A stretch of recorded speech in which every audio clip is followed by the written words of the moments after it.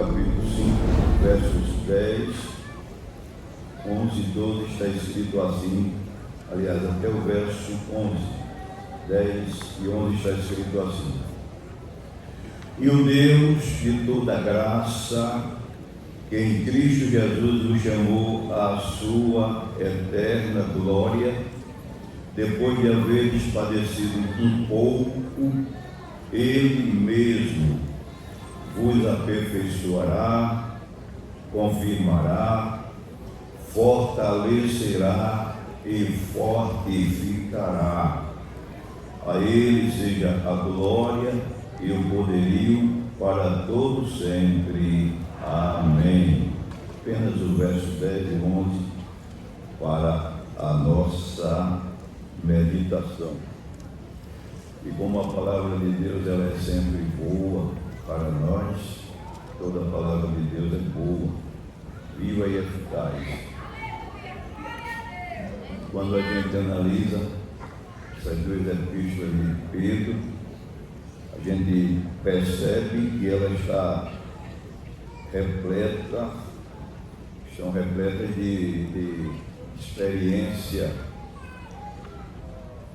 com Deus, ensinamentos que ele promove nessas duas epístolas, a Igreja do Senhor Jesus, pelos ensinamentos, aulas divinas que ele teve quando conviveu com o nosso Senhor Jesus Cristo durante o tempo do ministério de Cristo aqui na terra.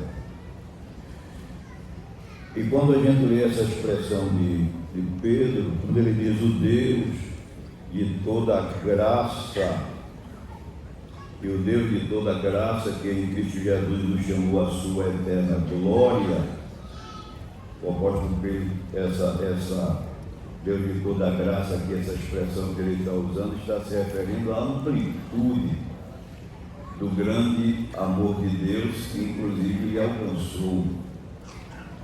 Porque quando se fala de graça, a expressão graça na Bíblia sempre tem um sentido nem sempre igual.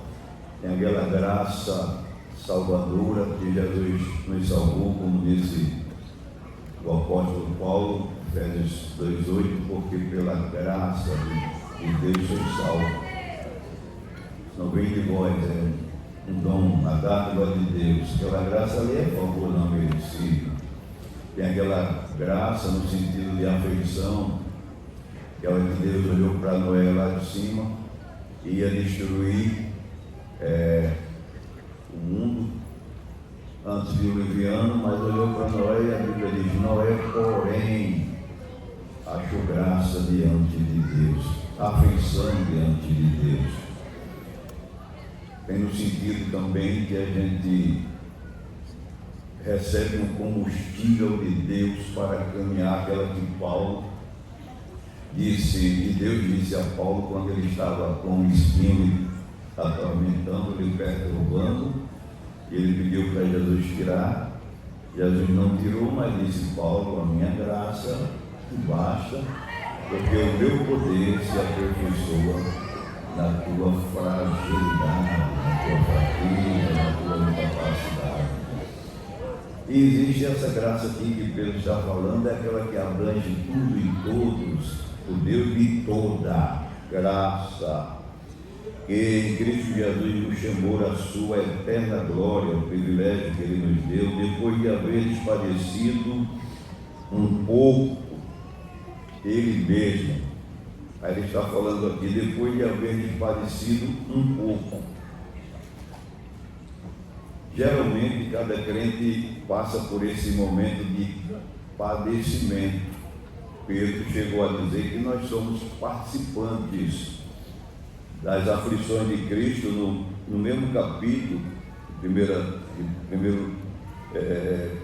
epístola de Pedro 4 e o verso 13, ele diz assim: Mas alegrai-vos no fato de seres participantes das aflições de Cristo, para que também na revelação da sua glória vos regozijeis com Ele e alegreis. Mas alegrai-vos no fato de seres participantes das aflições de Cristo, porque a aflição maior ele já passou por nós. Agora, porque ele já passou a aflição maior por nós, não significa dizer que a gente vai ficar isento de tribulação, até porque a palavra de Deus diz que no mundo tereis aflições. Paulo disse: em tudo somos atribulados.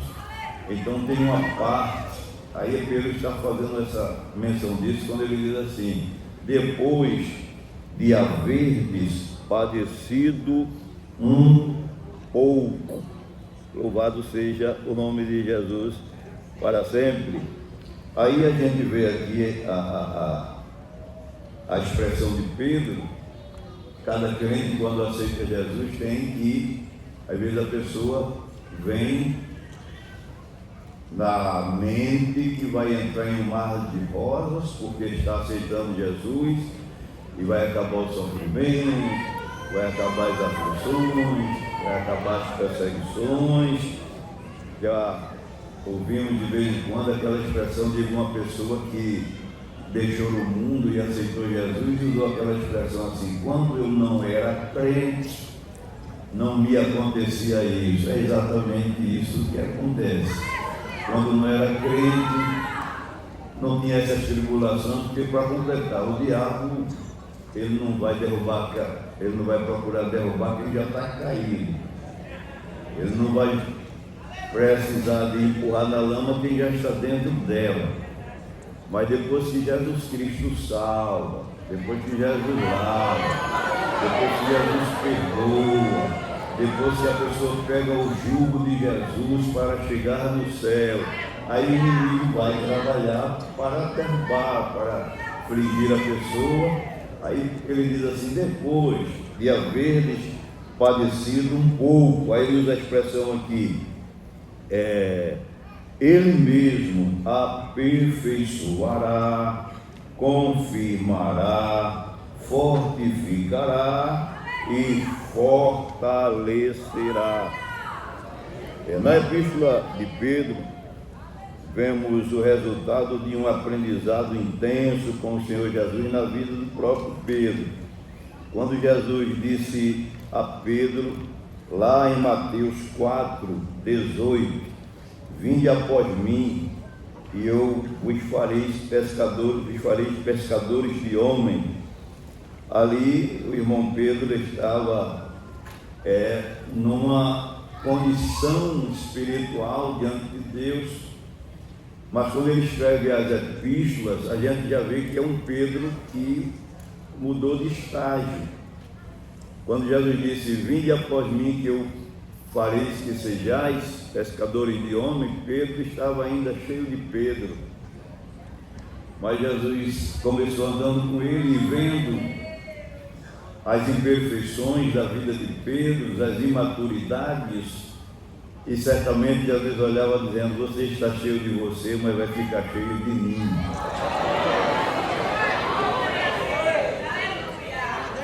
Aí a gente vê esse aprendizado na vida dele. Entendemos aqui que a expressão aperfeiçoamento aqui não é praticamente um cristão sem defeitos, sem falhas, porque pode até haver um crente quase perfeito, mas perfeito não tem um. Somente Jesus disse aos fariseus, no Evangelho de João, capítulo 8 e o verso 46, quando os fariseus estavam questionando Jesus, aí Jesus disse assim: quem de vocês me convence de pecado? Quem de vocês acha uma falha, um defeito em mim? Então, esse aperfeiçoamento aqui não é sem defeito, é um tipo de um amadurecimento na vida cristã. Aí, todos nós estamos caminhando na direção dessa perfeição. Provérbios 4:18 diz: mas a vereda do justo é como a luz da aurora, que vai brilhando cada vez mais até ser dia perfeito. Hoje você está mais maduro do que ontem. Amanhã você estará mais maduro do que hoje. Aí a gente, quando olha essa expressão na Bíblia Sagrada, sempre quando lemos uma expressão na Bíblia Sagrada, a gente tem que focar o nosso olhar na seguinte direção: o que é que Deus usou irmão Pedro para me ensinar nessa expressão, nesse ensinamento, nessa epístola, neste versículo que lemos aqui? Aí a gente vê que quando um crente não tem maturidade espiritual, fica vulnerável ao engano, não resiste às provações, fica como aquelas sementes que Jesus falou na parábola de Mateus 13, e versos 20 e 22, entre as sementes ele fez menção daquela que caiu nas pedras e daquela que caiu nos espinhos. O crente deve estar sempre caminhando na direção de ficar mais maduro. Para isso, a gente, quando lê a palavra de Deus, entende que Deus quer que você vá cada dia crescendo nesse amadurecimento. Toda criança nasce pequena, mas não vai ficar pequena todo tempo. Vai crescer, vai ser adolescente, vai ser jovem, e depois chega a idade adulta. Quando chega a idade adulta, quando olha para trás, sempre diz assim: quando eu era daquele tamanho, quando eu era adolescente, é por isso que Paulo diz: quando eu era menino, eu fazia as coisas de menino, mas depois que cheguei a ser adulto, eu acabei com as coisas de menino. É por isso que o crente não deve ficar tomando mamadeira todo o tempo. Aceita Jesus, claro. Tem gente que já quer a comida, mas Jesus se encarrega de ir dando aquilo que a nossa alma precisa, que a nossa vida espiritual precisa, para ir crescendo com saúde, crescendo de forma proporcional. Aí, por que é que eu citei a semente, o exemplo da semente que Jesus fez a parábola em Mateus, no capítulo 13? Então, o que é que ele diz aqui em Mateus, no capítulo 13, e o verso 20 a respeito daquela semente? 13 e 20 diz assim: porém, a que foi semeada em pedregais é o que ouve a palavra e logo recebe com alegria, mas não tem raiz em si mesmo, antes é de pouca duração, e chegando a angústia e a perseguição por causa da palavra, logo se ofende. E o que foi semeado entre espinhos é o que ouve a palavra, mas os cuidados deste mundo e a sedução das riquezas sufocam a palavra e fica infrutífera. E não é assim? Às vezes a pessoa vem com muita alegria, mas não procura se aprofundar na vida espiritual, aprofundar as raízes. Aí fica na flor da terra, e todo mundo sabe que uma árvore plantada na superfície, na flor da terra, não tem firmeza nenhuma. Espinho fala de furar, de sufocar, falou os cuidados da vida, a riqueza. É por isso que eu digo, a pessoa quando vem do mundo para a igreja, ele vem já sabendo que Jesus disse que quem quiser vir após mim, negue-se a si mesmo, tome a sua cruz cada dia e siga-me. Quando o crente chega, ele vai experimentar o que é ser crente empurrado, o que é ser crente machucado, o que é ser crente no óleo, o que é ser crente no esquecimento. Ele vai experimentar o que é olhar com desprezo, vai experimentar o que é cara feia, ciúme. Aí Pedro está dizendo, ele mesmo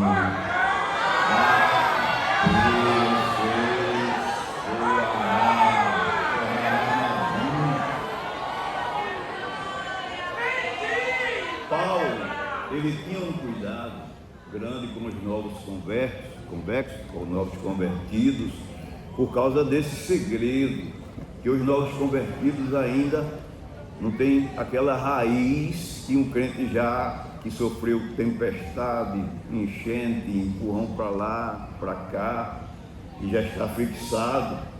Não é qualquer coisa que vai levá-lo, que vai arrancá-lo, não. O crente novo convertido, qualquer coisa, já fica triste, o irmão não me deu a paz, e falaram isso de mim, fui tirado disso, e foi aquilo. Paulo usou uma expressão em Gálatas interessante. Ele chegou a dizer que eu sinto dores de parto, até que Cristo seja formado em vós, ou seja, até que chegue a esse estágio de maturidade. Gálatas no capítulo 4, e o verso 18, ele diz assim: é bom ser zeloso, mas sempre do bem, e não somente quando estou presente convosco. Mas filhinhos, meus filhinhos, de quem de novo sinto as dores de, até que Cristo seja formado em vós.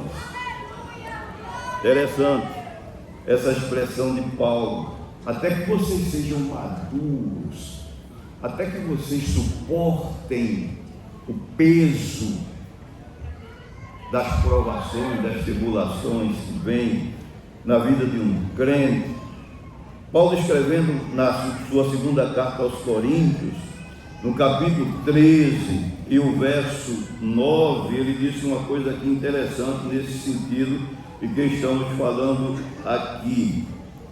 Ele diz assim, 13 e 11, o 9 diz assim: porque nos regozijamos de estar fraco quando vós estáis fortes, e o que desejamos é a vossa perfeição, ou seja, o vosso amadurecimento, que sejais maduros.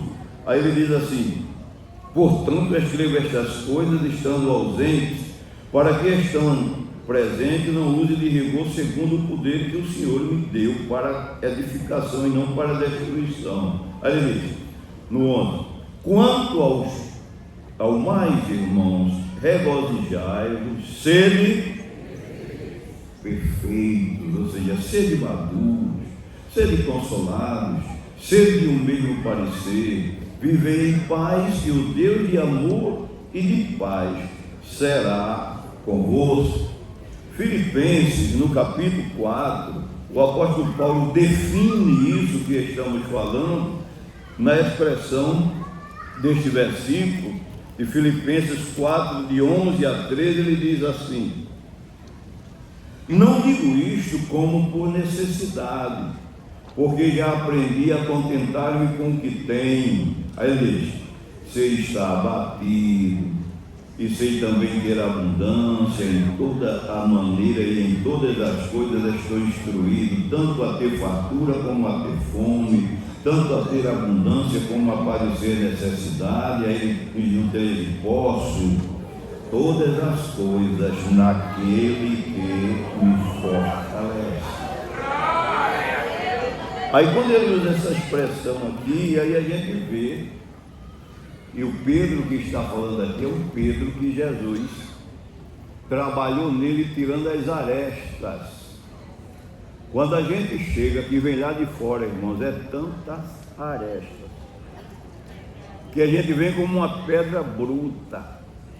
Agora, como Jesus sabe trabalhar na pedra, aí ele vai tirando essa expressão de Pedro, ele mesmo vos aperfeiçoará, vos tornar maduros. É mesmo que ele está dizendo, ele trabalhou em mim. Eu conheço um irmão que quando a gente diz a ele assim, como é que vai? Ele diz, Jesus ainda está trabalhando em mim. E tem gente que dá um trabalho a Jesus. Agora Jesus tem a ferramenta de trabalhar. Quanto mais a gente, mas ele tem a ferramenta certa. Né? Aí ele usou essa expressão. Com relação a isso, Deus tem as suas maneiras de amadurecer o crente. Uma das maneiras é através das provações. Essa expressão de Pedro aqui, mesmo lida, ele mesmo aperfeiçoará, depois de haver padecido um pouco. Ele escrevendo na sua primeira epístola, no capítulo 1, e o verso, como está lendo, né? Como sempre orienta o nosso pastor, primeira epístola de Pedro, no capítulo 1, e o verso 6, ele diz assim,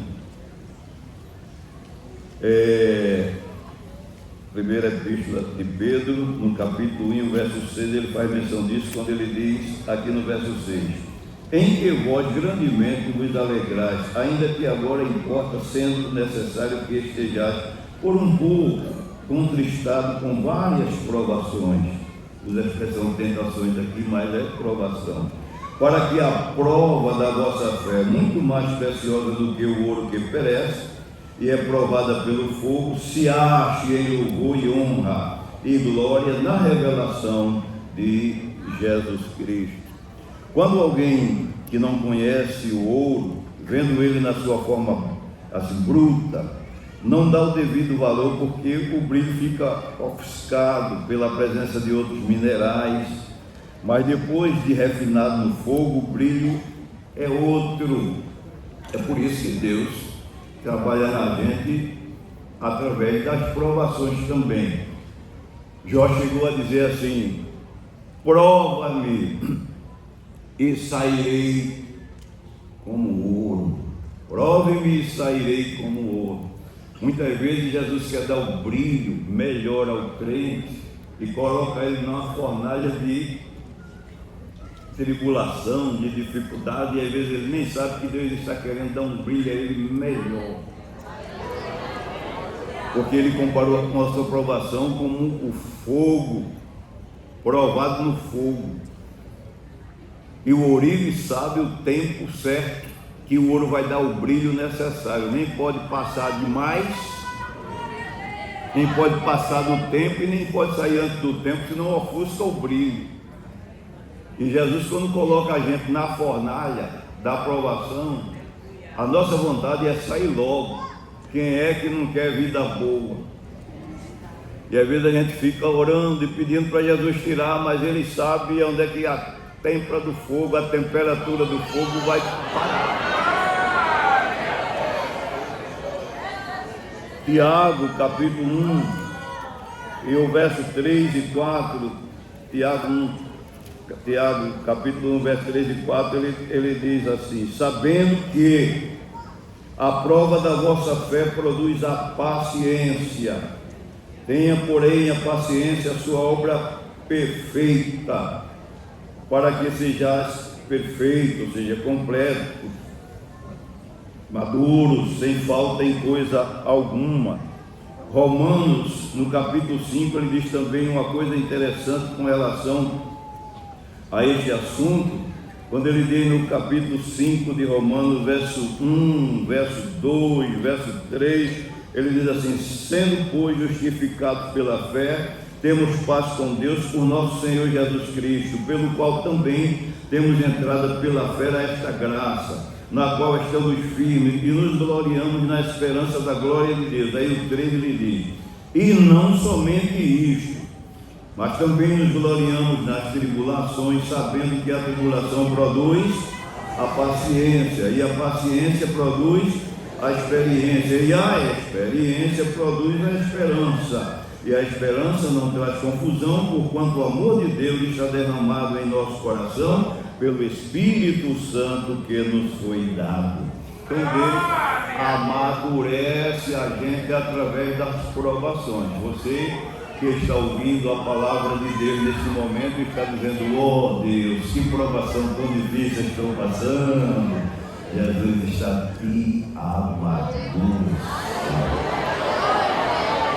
Você está crescendo espiritualmente.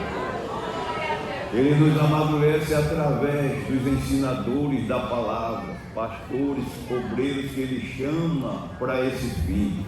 É bom confirmar pela palavra de Deus em Efésios, no capítulo, todos já conhecem bem, Efésios 4, do verso 11 ao verso 13, ele diz assim: e ele mesmo deu uns para apóstolos, e outros para profetas, e outros para evangelistas, e outros para pastores e doutores, querendo o aperfeiçoamento dos santos, para que a obra do ministério, para a edificação do corpo de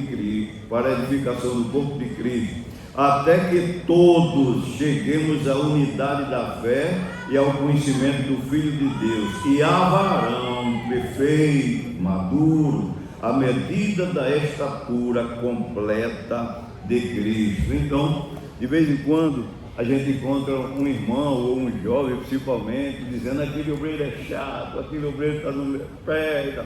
Não, é porque Jesus chamou ele para ajudar a te poldar, tirar as arestas, que Deus usa os seus obreiros, pastores, para amadurecer o crente através dos ensinamentos, através do ensino da palavra, através da correção. E Deus e a Bíblia mostra esse tipo de ensinamento, dessa expressão que Paulo está falando, através da palavra. Segundo a epístola de Paulo a Timóteo, no capítulo 3 e o verso 16, ele diz uma coisa interessante aqui: toda a escritura divinamente inspirada é proveitosa para ensinar, para redarguir, corrigir, para corrigir, para instruir em justiça, para que o crente, o servo de Deus, o homem de Deus seja perfeito, aqui maduro e perfeitamente instruído para toda boa obra. Aí quando a gente vê o irmão Pedro falando dessa expressão aqui, ele mesmo aperfeiçoará, e a gente começa a olhar para o perfil do Pedro, que Jesus chamou lá nos evangelhos, e o perfil dele agora, depois que escreve as epístolas, a gente vê a que ele está se referindo. Porque quando Jesus chamou Pedro, ele era um Pedro autoconfiante, era um Pedro precipitado no falar, era um Pedro impulsivo nas ações, era um Pedro destemperado, não tinha assim aquele domínio próprio. Mas ele diz aqui: ele mesmo aperfeiçoará. Por que eu digo que ele era precipitado no falar? Porque era aquele crente que fala primeiro para pensar depois, jogar a palavra primeiro para processar na mente depois. Aí depois que processa, aí faz: que foi que eu disse?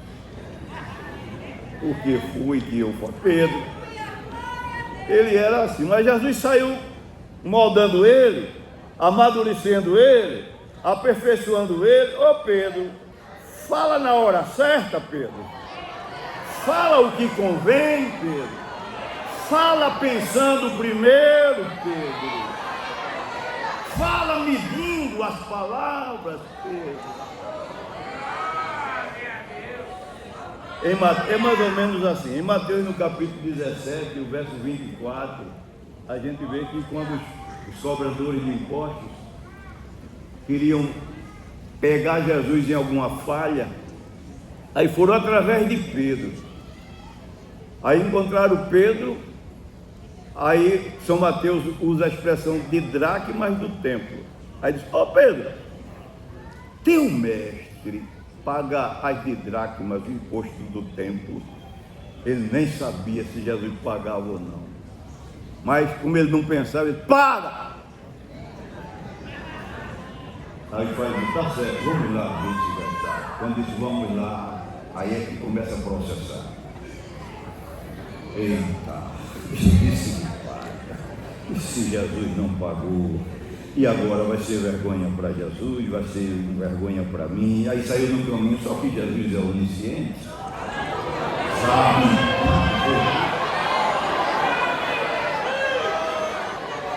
E Pedro era um crente precipitado, mas que amava Jesus. E Jesus conhece quando o crente é fraco, é precipitado, mas ama ele. Aquela expressão que Jesus disse a Pedro é muito forte. Quando Jesus disse a Pedro pela terceira vez, ô Pedro, tu me amas? Ele até risou, pensou, e a resposta dele foi, tu sabes que eu te amo. Esse tu sabe, ele está dizendo assim, tu sabes que eu te neguei. Tu sabe que eu falhei. Tu sabes que eu cortei a orelha do soldado. Tu sabe que eu fraquejei. Mas em tudo isso, tu sabe também que com toda essa fraqueza.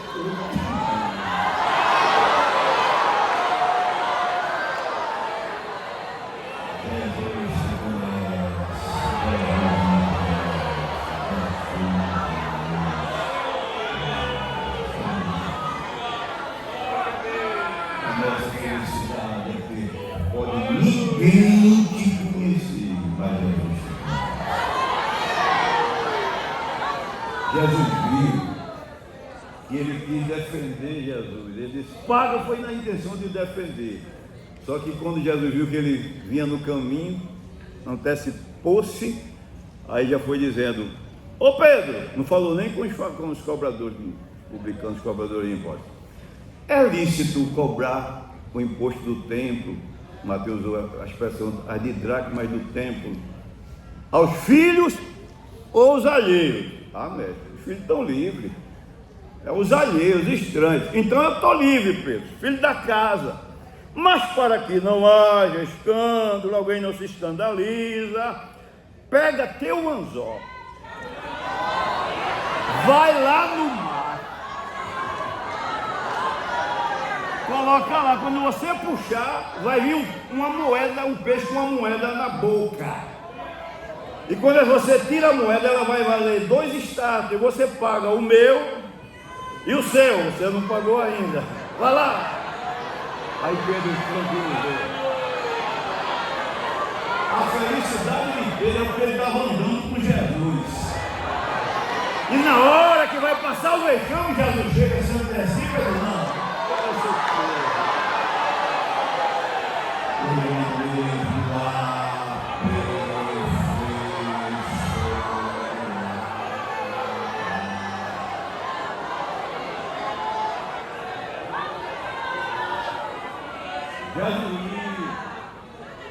Pedro era autoconfiante, confiava em si próprio. Tem aquela pessoa que, não, porque é minha força, porque é minha sabedoria, porque Pedro.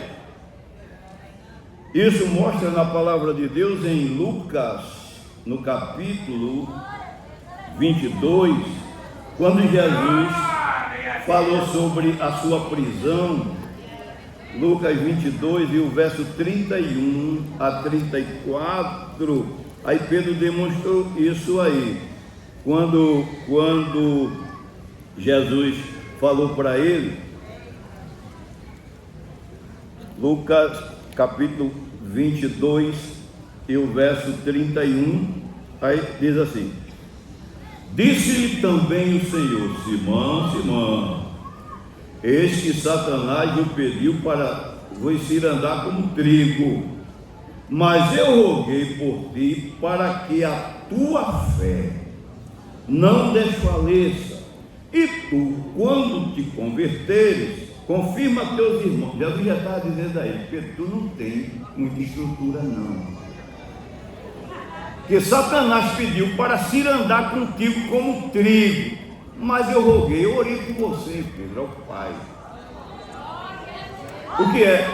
É como peneirar o trigo na peneira. Não sei se alguém já viu que alguém, quando está tirando a palha do trigo, vai para um lugar de vento e coloca peneirar e joga para cima, aí o vento bate na palha, leva a palha e o trigo cai. Aí Satanás diz: deixa eu fazer isso com Pedro. E ele diz: não.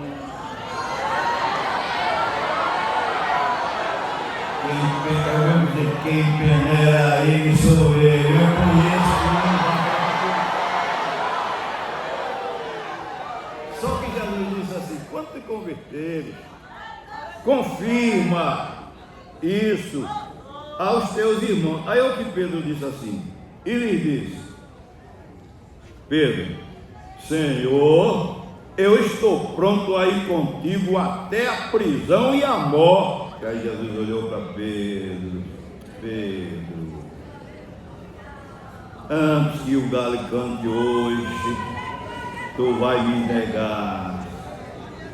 Ele diz assim: mas ele disse: digo-te, Pedro, que não cantará hoje o galo antes que 3 vezes negues que me conhece. Autoconfiança. Marcos capítulo 14, 29, ele ainda diz assim, Marcos diz assim: todos podem se escandalizar de ti, agora eu não. Interessante. A Bíblia mostra que a criatura humana não deve ser autoconfiante, confiar na sua força, na sua sabedoria, nos seus méritos. Jeremias 17 e 17, olha o que diz a palavra do Senhor. Jeremias 17 e 17, aliás, 17 e 5. Ele diz assim a palavra de Deus: assim diz o Senhor, maldito o homem que confia no homem e faz da carne o seu braço e aparta do o seu coração do Senhor. A gente olhando o contexto deste versículo e também lendo um pouco sobre o sentido original da significado dessa expressão, a gente vê que se refere ao homem que confia em si próprio e faz da sua carne seu braço, como diz aqui a palavra do Senhor. Bem maldito o homem que confia no homem e faz da carne o seu braço. Jeremias, ainda no capítulo 9 e o verso 23 e 24, Deus, usando a boca dele, repreende o homem nesse aspecto quando ele diz assim: não se glorie o sábio na sua sabedoria, nem o forte na sua força, nem o rico nas suas riquezas. Se alguém se gloriar, glorie-se nisso, em saber e conhecer que eu sou o Senhor, que opero e faço beneficência, justiça e juízo, porque destas coisas me agrado. Juízes, no capítulo 7, o verso 2, quando Gideão recebeu a incumbência para lutar contra os midianitas, e Deus disse a ele que ia com ele, fez um teste, o velo de lã, Deus estava com ele, a prova da oferta. Aí ele, quando convidou aquele pelotão de pessoas, aí veio 32 mil soldados. Qual é o capitão, o general que não quer guerrear com uma imensidão de soldados? Aí Deus deu um olhar: tem muita gente. Dá um grito aí para os covardes, medrosos e voltar. Quando ele deu o grito, 22 mil voltaram. Resumindo, quando foi beber a água que Deus mandou separar, só ficou 300. Aí Deus usou a expressão: para que Israel não se glorie, dizendo que a minha mão me livrou. Aí vem um ensinamento divino para nós, porque nós estamos numa guerra espiritual, numa batalha espiritual, e às vezes tem pessoas que querem vencer o inimigo lutando com as suas próprias forças, vencer as tentações guerreando com as suas próprias forças. Segunda carta de Paulo aos Coríntios, capítulo 10 e o verso 4, ele diz que as armas da nossa luta, da nossa milícia, da nossa batalha, não são carnais, mas sim poderosas em Deus para destruir fortalezas. Efésios 6 e 10 diz que não temos que lutar contra a carne e sangue, mas contra os principais, as hostes da maldade no lugar espiritual. Às vezes a pessoa pode até cantar muito bem, mas cantar muito bem não é arma suficiente para vencer os ataques do inimigo. Pode pregar muito bem, mas pregar muito bem não é arma suficiente para vencer os ataques do inimigo, porque a lição está aqui na palavra de Deus. É bom? É, mas não pode tomar isso como uma arma. Às vezes a pessoa tem tempo de crente, muito tempo de crente. É bom? É, mas muito tempo de crente não é arma suficiente para você vencer as tentações, para vencer as guerras espirituais. Que às vezes quando a pessoa diz, não, eu tenho tantos anos de crente, 30 anos, 40 anos de crente.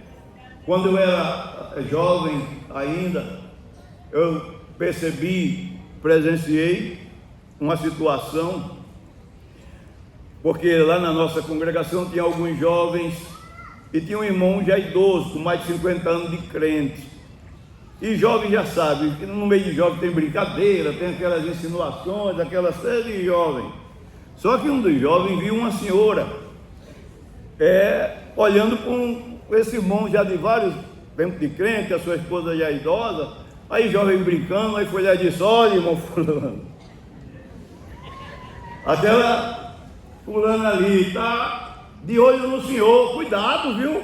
Aí ele disse, menino, eu tenho 50 de crente, 50 anos de crente. Aí o menino fez, o rapaz fez, irmão, aí ele fez, menino, eu tenho 50 de crente. Cuidado que 50 de crente não segura não, viu? 50 anos de crente, não sei o que, segura não. O que é que segura? É isso que Pedro está ensinando aqui. É que Paulo está ensinando aqui na palavra de Deus, as armas espirituais. E para surpresa, depois aquele irmão passou por uma vergonha moral e uma queda na vida espiritual, porque foi confiar no tempo de crente que ele tinha. Cuidado, não confie em você. Às vezes a pessoa é um servo de Deus, é uma serva de Deus, mas esquece que é humano, esquece que é um homem igual ao outro, que é uma mulher igual às outras, e que é uma pessoa biologicamente igual às outras. É servo de Deus? É, mas o seu corpo é um corpo normal, igual de qualquer um homem, de qualquer uma outra mulher. E o que é que eu devo fazer? Não confie na sua... Não, eu tenho tanto tempo de crente, eu canto bom, eu sei pregar. Não, corra do terreno da tentação e se arme espiritualmente. No momento que eu estou falando a palavra de Deus, o Espírito Santo já começa a ir onde eu não posso. Já começa a mostrar o que eu não posso mostrar. José, no Egito, em Gênesis, no capítulo 39 e o verso 12, a Bíblia diz que José, aquele jovem forte, atraente, que caiu na simpatia de Potifar, estava sendo um mordomo da casa, mas foi tentado, seduzido pela sedução de uma mulher, muito jovem ainda, mas quando percebeu, ele começou a se lembrar do temor de Deus. E a Bíblia diz que, como ela viu que ele não cedia à tentação, partiu para agarrá-lo e pegou as suas vestes, mas ele não quis. Eu sou forte. Não tem aquela expressão, não é homem, não é. Esse assunto é meio. Mas o diabo está solto por aí. E você que está me ouvindo sabe que ele tem batido nessa porta. E você parou aí para ouvir essa palavra de Deus. Faça como José. É melhor correr e ser chamado de mole, deixar rasgadas as vestes na mão da tentação, mas sair no terreno da tentação, depois ele dizer você venceu.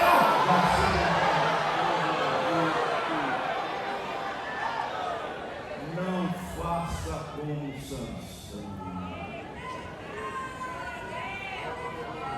Confiou na sua força, autoconfiante. Eu estou falando aqui da autoconfiança de Pedro, já caminhando no final não dá.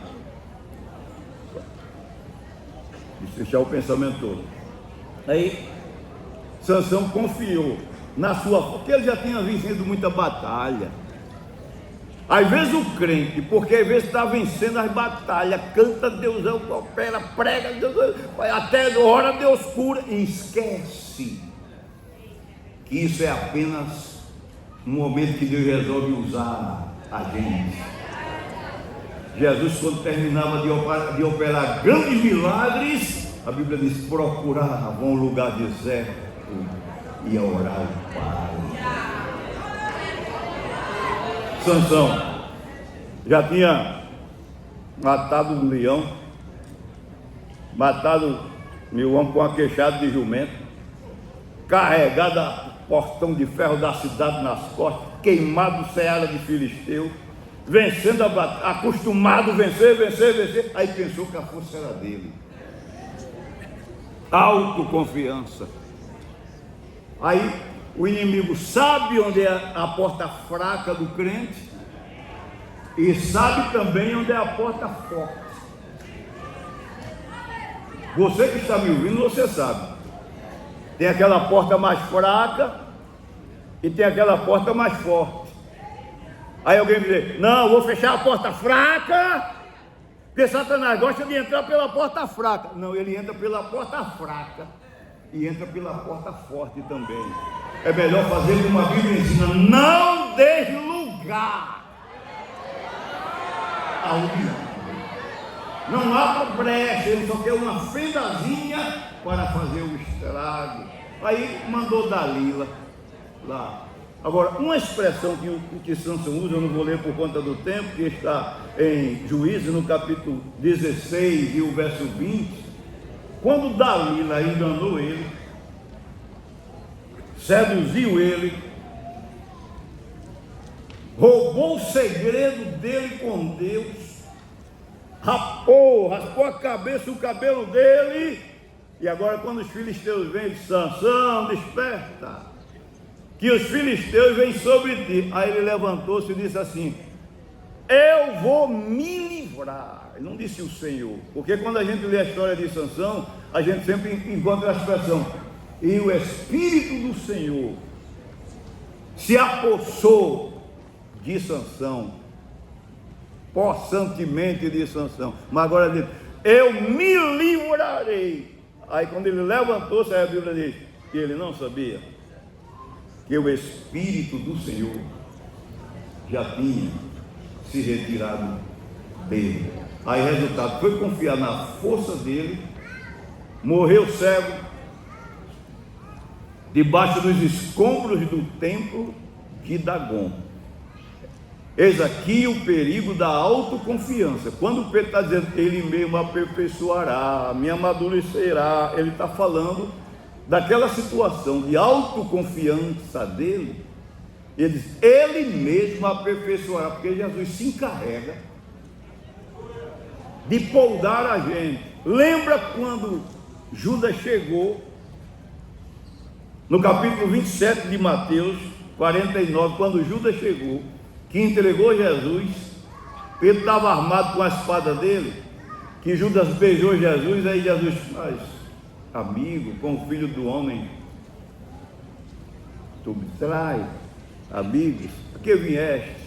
Aí Pedro na hora se enfureceu quando viu aquela vingança: eu vou defender Jesus, é agora. Pegou a espada dele e foi,